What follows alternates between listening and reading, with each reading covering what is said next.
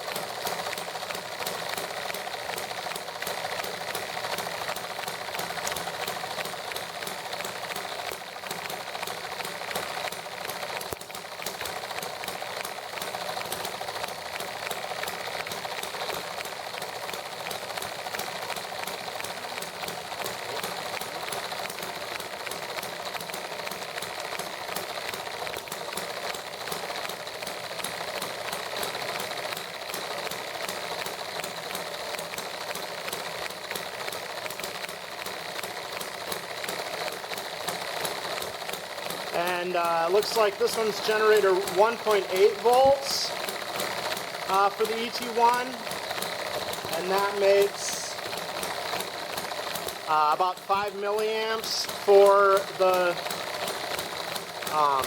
load that I have attached.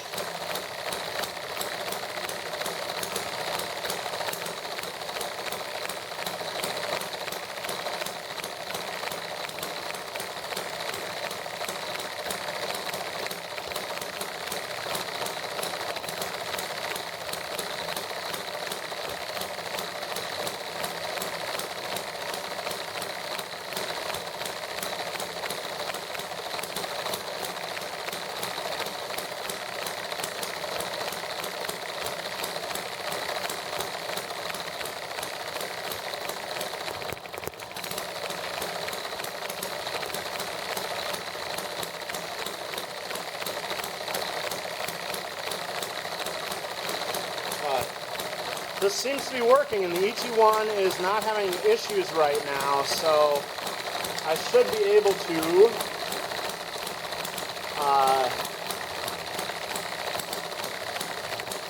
find a better load and get the wiring right in my box again, so that we can do some more proper power testing on all these engines.